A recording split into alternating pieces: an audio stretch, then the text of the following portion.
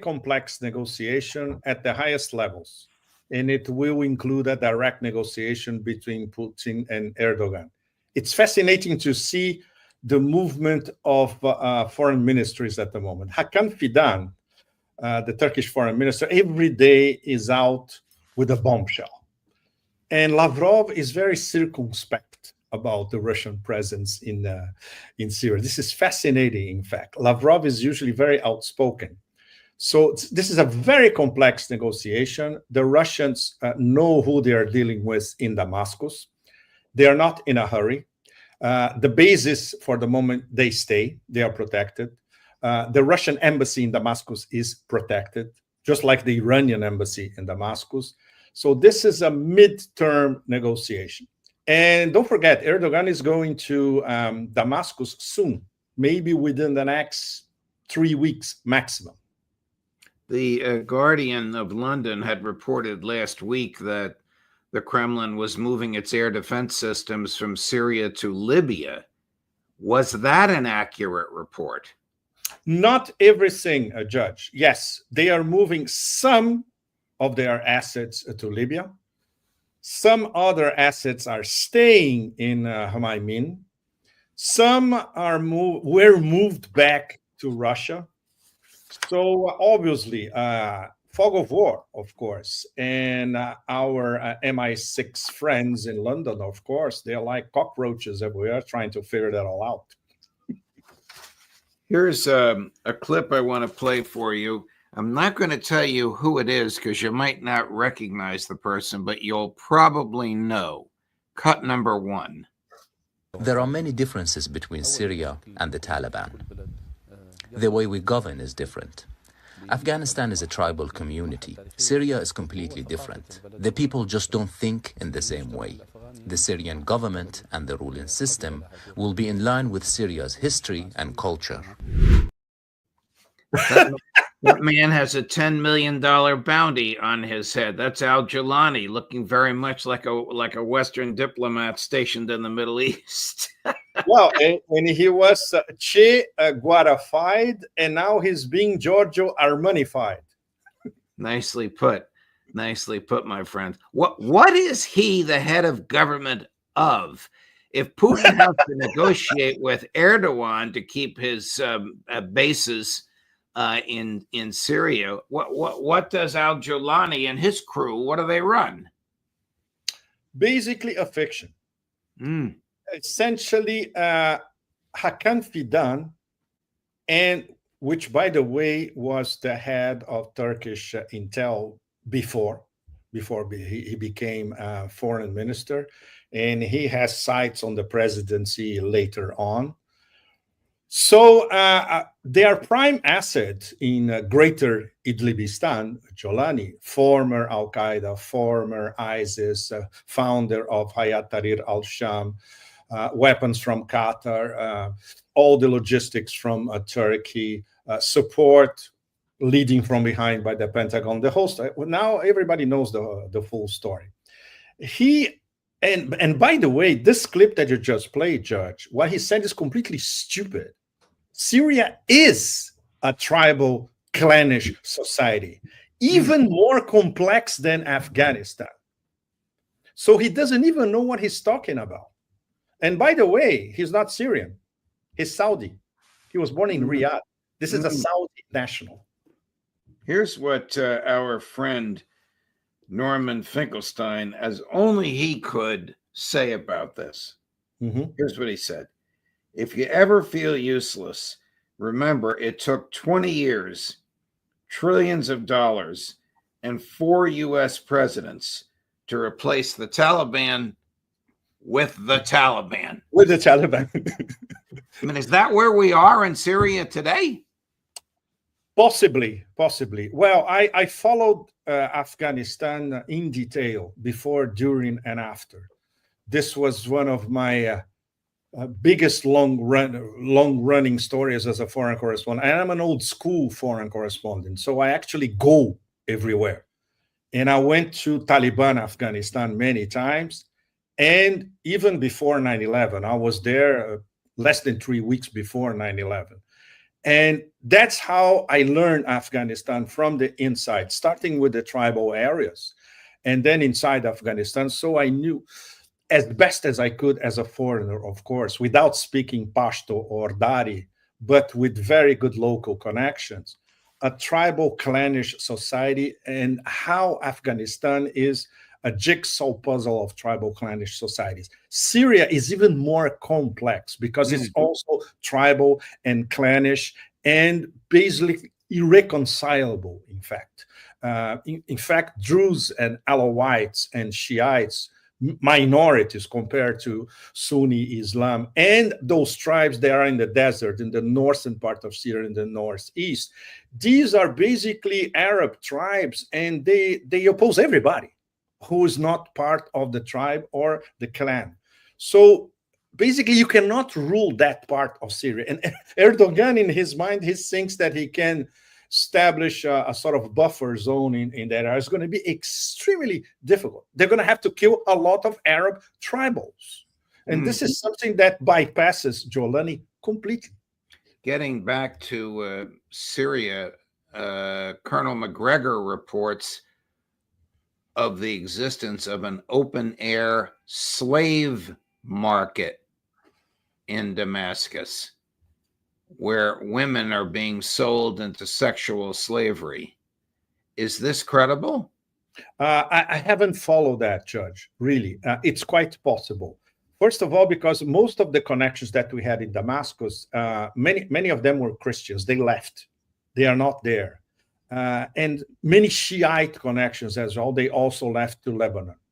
So Damascus nowadays is a little bit of a no man's land, and nobody really knows what's happening in the back streets at 2, 3 in the morning. For instance, the equivalent would be during the American surge in Iraq. The Americans didn't know what was going on in Sadr City at 2 or 3 in the morning. It's more or less the same thing in Damascus. But now that concerns people who actually used to live in Damascus. Christians who used to live in the old city of Damascus, for instance. Shiites who used to live around Sayyida Zainab Temple, which is in the outskirts of Damascus, which is one of the most important sanctuaries in Shiite Islam. And there are pogroms going on. There are purges.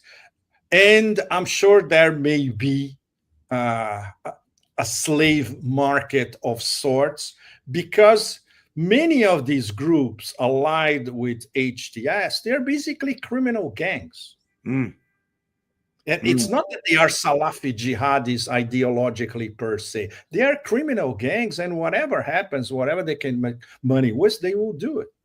What happens if Erdogan and Netanyahu have their eyes set on the same piece of real estate? Apparently, for the moment, it's not the same. The Israelis is the south all the way to the southern countryside, south of Damascus, essentially. Tel Aviv, to have its eyes on Damascus, it's not going to cut it. And it's not going to cut it with anybody in Syria and with Syrian patriots, whatever their ideological bent. And Turkey, for Erdogan, it's very, very important. He wants the industrial heartland of Syria. This means everything from Aleppo in the north, cutting through the M5 highway, all the way to Damascus near the south. This is what Erdogan and, of course, the people who back him in Ankara want.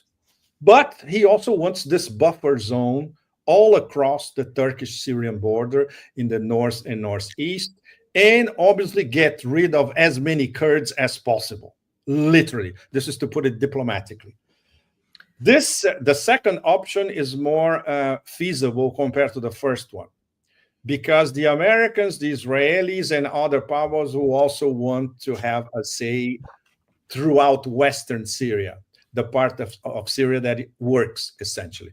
And never discount what Russia and Iran could do, because this is something immensely important that people in the West are not paying attention. It's not that Russia and Iran are out of Syria.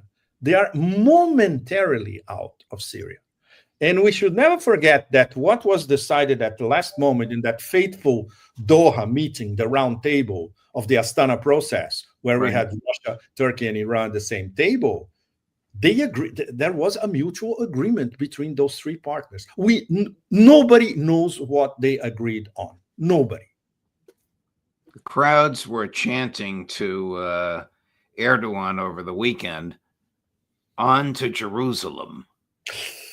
Well, what does that mean? It's an excellent point. What does that mean? It used to be on to Aleppo, then on to Damascus, and now on to Jerusalem. And many of these outfits linked to HTS, these past few days, they started to yell the same thing. We're going all the way to Jerusalem.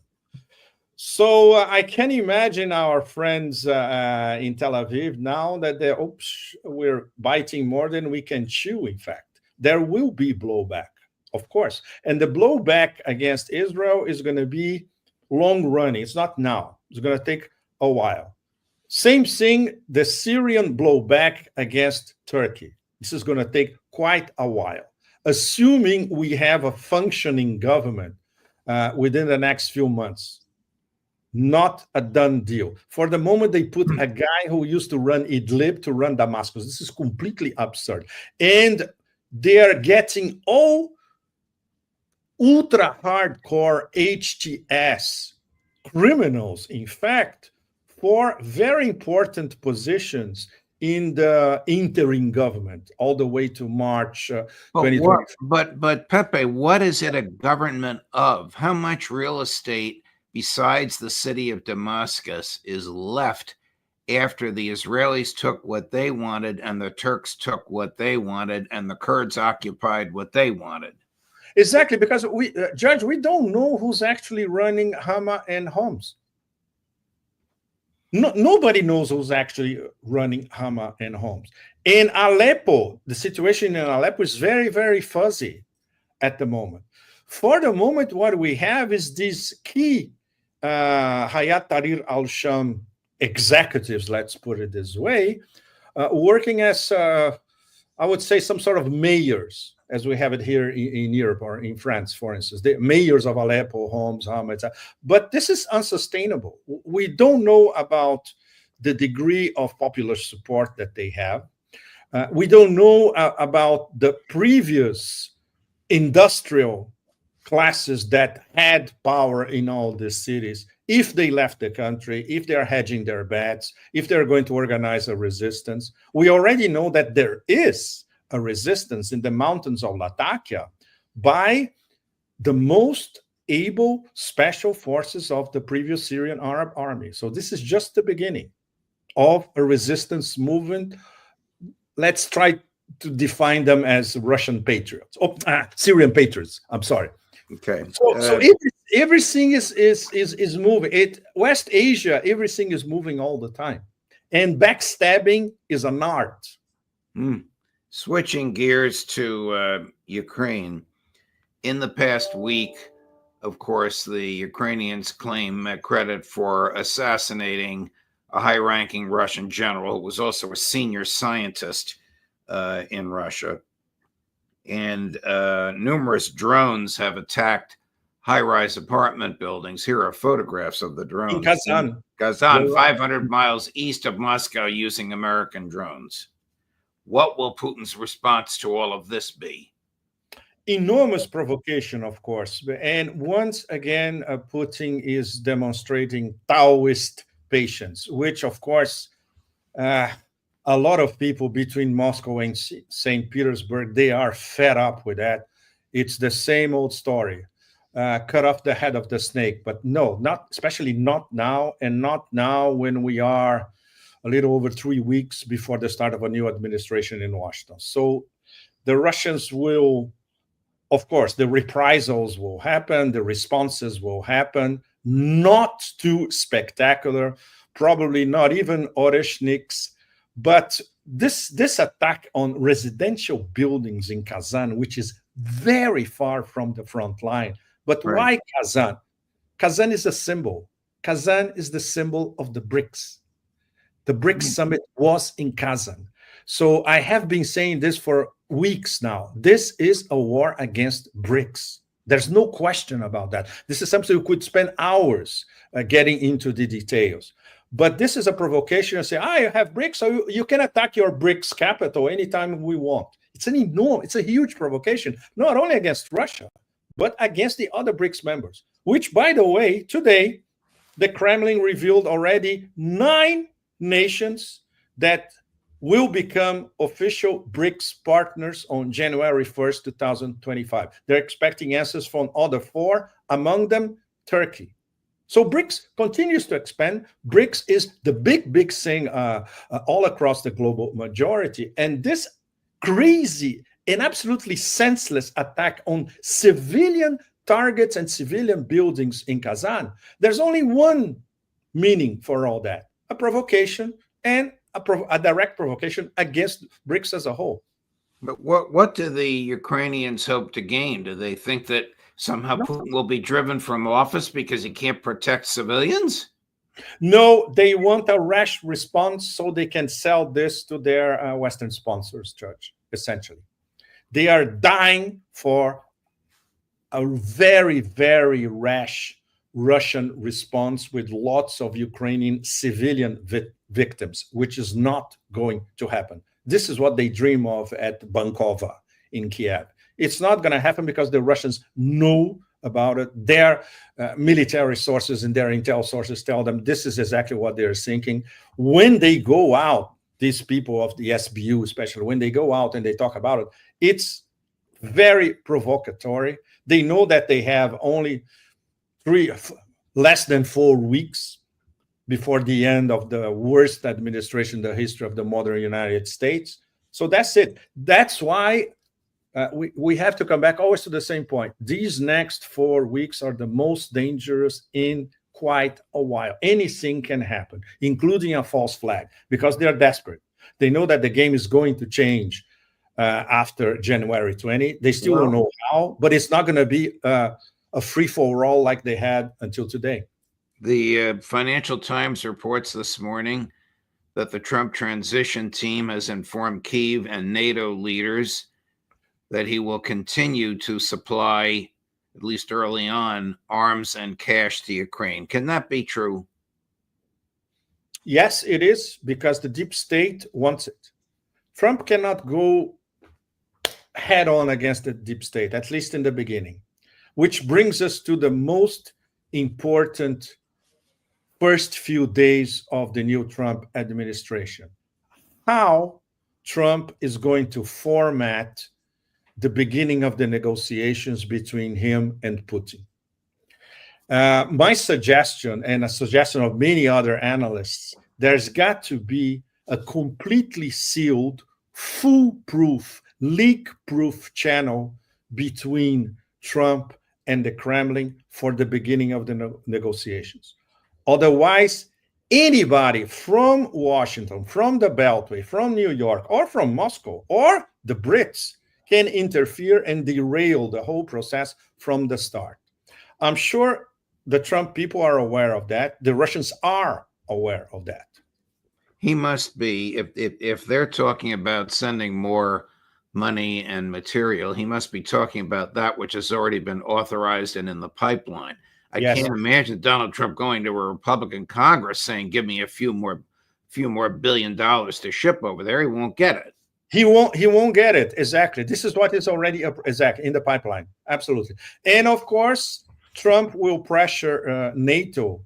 This means Trump pressuring the European Union, essentially, and the big European capitals, shell out more for Ukraine. I am not going to.